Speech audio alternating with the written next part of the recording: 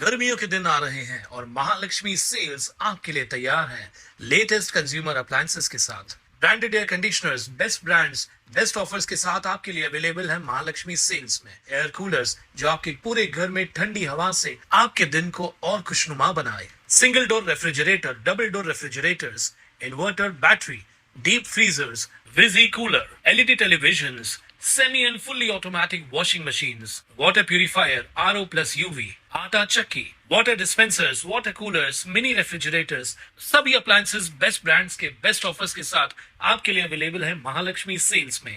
कल्याणमध्ये कायदेतज्ञ आणि खासदार उज्ज्वल निकम यांनी ठाकरे गटातील 6 खासदारांच्या मिशन टायगरवर महत्त्वपूर्ण प्रतिक्रिया दिली आहे। उद्धव बाळासाहेब ठाकरे गटातील 6 खासदारांनी लोकसभा अध्यक्षांकडे स्वतंत्र गटाची मागणी केली असली तरी त्यांनी मूळ पक्ष सोडल्याचं कुठेही जाहीर केलेलं नाहीये, असं उज्ज्वल निकम यांनी स्पष्ट केलंय। मात्र या 6 खासदारांवर कोणाचा व्हीप लागू होणार, त्यांना स्वतंत्र गटाचा नेता मान्यता मिळणार का आणि लोकसभा अध्यक्षांनी नेमका काय निर्णय घेतला यावरच पुढील राजकीय आणि कायदेशीर घडामोडी अवलंबून असल्याचं त्यांनी म्हटलंय। त्यामुळे ठाकरे गटातील या घडामोडींची लढाई आता राजकारणापेक्षा अधिक कायद्याच्या चौकटीत लढली जाणार असल्याचे संकेत निकम यांनी दिलेत। खरोखर लोकशाहीमध्ये घोडा बाजार टाळण्याकरता आपल्या घटनेमध्ये काही महत्त्वाचे बदल करण्यात आले होते। त्यातलं एक परिशिष्ट 10, ज्या योगे एखाद्या पक्षाच्या तिकिटावरती व नावावरती लोकप्रतिनिधी जर निवडून येत असतील तर त्यांनी इकडून तिकडून पळू नये याकरता काही विशिष्ट तरतूद करण्यात आली होती। विशेषतः घोडा बाजार टाळण्याकरता कुठल्याही निवडून आलेल्या लोकप्रतिनिधीला दुसऱ्या पक्षात सामील होता येत नव्हतं। परंतु याला अपवाद म्हणजे जर 2/3 पेक्षा जास्त निवडून आलेले प्रतिनिधी एका दुसऱ्या राजकीय पक्षात जर सामील होत असतील तर अपात्रता होत नाही, म्हणजेच 10व्या परिशिष्टाचा उद्देश पूर्णपणे सफल होत नाही।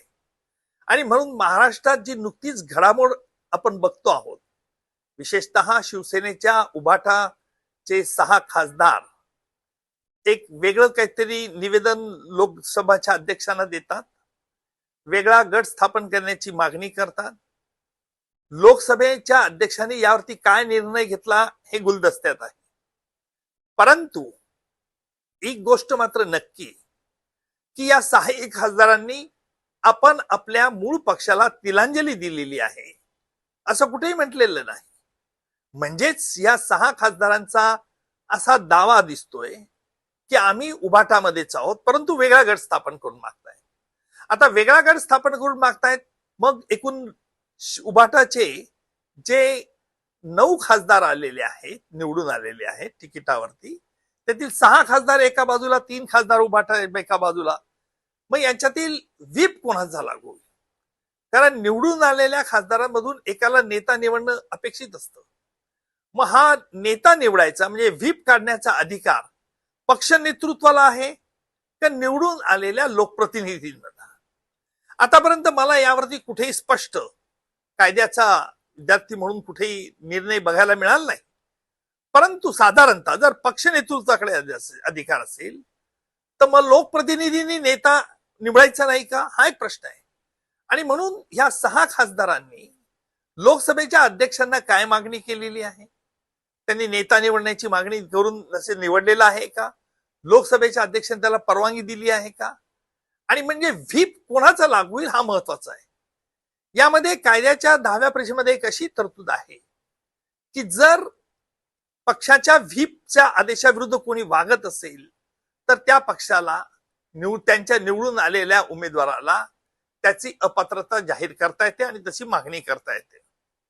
अर्थात मग व्हीप हा महत्वाचा कळीचा मुद्दा असू शकतो आणि म्हणून व्हीप काढण्याचा अधिकार या 6 मध्ये एखाद्या खासदाराला दिलेला आहे का? मागणी केली आहे का? लोकसभेच्या अध्यक्षाला परवानगी दिली आहे का? हे महत्वाचे अभ्यासातील। म्हणून यापुढची लढाई ही कायद्याची लढाई सुरू झालेली असेल। अर्थात आपल्याला बघायचंय की या लढाईचा अंत काय होतो, किती वेळ लागतो। ज्या पद्धतीने आता सांगितलं की हे 6 जे आहेत ते फुटलेले आहेत, मात्र त्याच्या कुणाल म्हात्रे, स्वानंद मीडिया, कल्याण। ताज्या घडामोडींसाठी स्वानंद न्यूजला सबस्क्राइब करा आणि बेल आयकॉनवर क्लिक करा।